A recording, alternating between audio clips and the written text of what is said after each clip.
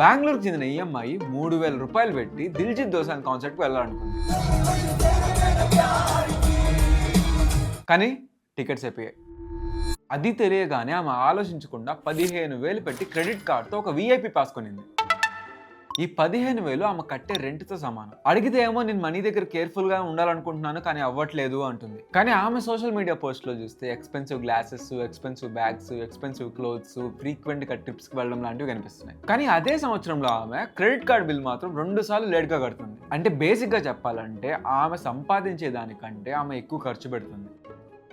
ఈమె స్టోరీ మీకు ఎక్స్ట్రీమ్గా అనిపించవచ్చు, కానీ ఇది రేర్ కాదు. ఇప్పుడు ఇండియాలో చాలా మంది వాళ్ళ సంపాదన కంటే ఎక్కువ ఖర్చు చేస్తున్నారు. ఈ మధ్య రిజర్వ్ బ్యాంక్ ఆఫ్ ఇండియా ఒక సర్వే చేసింది. ఆ సర్వేలో 50% మంది ఏం చెప్పారు తెలుసా? వాళ్ళు సంపాదించే ఇన్కమ్ వాళ్ళ లివింగ్ ఎక్స్పెన్సెస్ ని కవర్ చేయలేకపోతుందంట. ఈ సిచ్యువేషన్ ఎందుకు వస్తుందో తెలుసా? మన ఇండియన్స్ లో చాలా మందికి వాళ్ళ మనీని ఎలా మేనేజ్ చేసుకోవాలో తెలియదు కాబట్టి. మన ఇండియన్స్ లిటరసీ రేట్ 77%, కానీ ఫైనాన్షియల్ లిటరసీ రేట్ ఎంత తెలుసా? కేవలం 27%. అంటే ఒక రూమ్ లో 10 మంది ఉన్నారనుకోండి, వాళ్ళ కేవలం 3కి మాత్రమే బడ్జెట్ వేసుకోవడము, వాళ్ళ మనీని ఇన్వెస్ట్ చేయడము, స్మార్ట్ గా ఫైనాన్షియల్ డెసిషన్స్ తీసుకోవడము తెలుసు. ఇండియాలో ఫైనాన్షియల్ లిటరసీ రేట్ 27% కదా, అదే జపాన్ లో 43%, US లో 57%.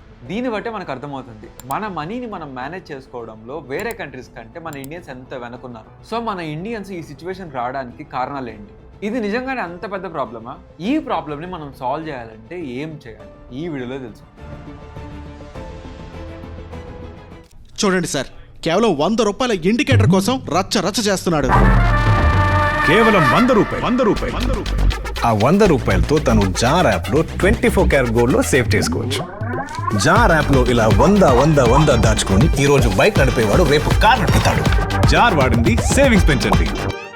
ఇప్పటిదాకా మనం డిస్కస్ చేసిన ఫైనాన్షియల్ ఇల్లిటరసీ అనే ప్రాబ్లంకి కారణం తెలియాలంటే మనం మళ్ళీ మన స్కూల్స్కి వెళ్ళాలి. ఇక్కడ ఓయో ఫౌండర్ ఏం చెప్తున్నారు వినండి. कि फाइनेंस एजुकेशन जो है ये शायद स्कूल में बचपन से बतानी चाहिए. ఇక్కడ ఈయన చెప్పింది 100% కరెక్ట్. ఈవెన్ లింక్డ్ఇన్ లో ఒక సీఏ చేసిన పోస్ట్ చూడండి. ఈయన బేసిక్ గా ఈ పోస్ట్ లో ఏం చెప్తున్నారంటే, మన స్కూల్స్ లో జీడిపి గురించి నేర్పిస్తారు, మన కంట్రీ బడ్జెట్స్ గురించి నేర్పిస్తారు, కానీ మన లైఫ్ లో వచ్చే ఇన్కమ్ కి ఎలా బడ్జెట్ వేయాలో మాత్రం నేర్పిరు అంటున్నారు. దీనికి మెయిన్ కారణం ఏంటంటే ఎవరు పిల్లలకి క్లాస్ రూమ్ లోనే ఫైనాన్సెస్ నేర్పిద్దాము అని ఆలోచించట్లేదు. వాళ్ళు చిన్నగా ఉన్నప్పుడు వాళ్ళకి మనీ మేనేజ్మెంట్ నేర్పించట్లేదు.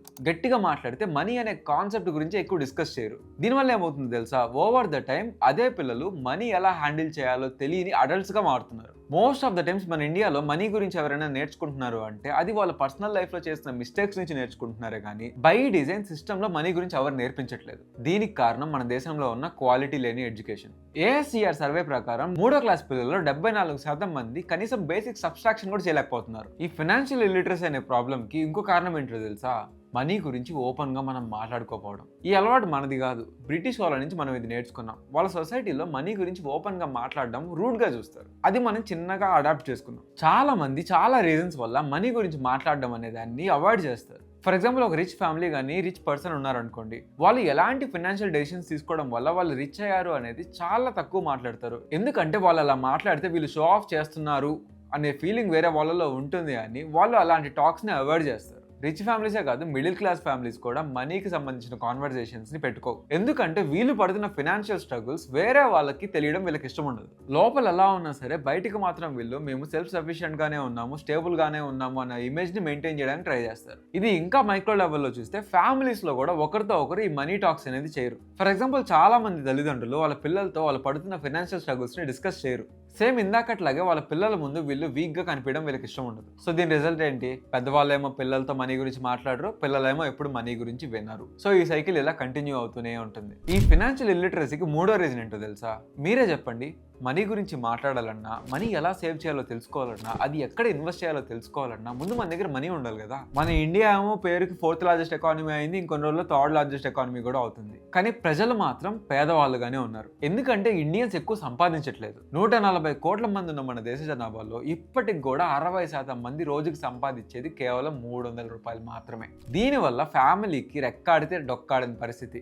వాళ్ళు ఇలాంటి పరిస్థితిలో ఉన్నప్పుడు వాళ్ళ పిల్లలకి పాకెట్ మనీ ఎలా ఇస్తారు, వాళ్ళకి మనీ మేనేజ్మెంట్ ఎలా నేర్పిస్తారు? సో ఈ 3 రీజన్స్ వల్ల మన ఇండియాలో ఫైనాన్షియల్ లిటరసీ అనేది తక్కువైంది. బై ద వే, ఈ విషయం మీద మేము ప్రాపర్గా రీసెర్చ్ చేసి లాంగ్ వీడియో చేసాము. ఇక్కడ క్లిక్ చేసి మీరు ఆ వీడియో చూడొచ్చు. సో మన ఇండియాలో ఫైనాన్షియల్ లిటరసీని ఎలా పెంచాలి? ఫస్ట్ ఎక్కడైతే ప్రాబ్లం ఉందో మళ్ళీ మనం అక్కడికే వెళ్ళాలి. అంటే మన స్కూల్స్ నుంచే మార్పు రావాలి. 2015లో నోబెల్ ఫౌండేషన్ అనే ఒక NGO ఒక ఇంట్రెస్టింగ్ ప్రాజెక్ట్ని చేపట్టింది. ఈ ఎన్జిఓ లుధియానాలో ఉన్న స్లమ్ చిల్డ్రన్స్ కోసం చిన్న చిన్న స్కూల్స్ నడిపింది. ఈ ప్రాజెక్ట్ పేరు ద పిగ్గీ బ్యాంక్ ప్రాజెక్ట్.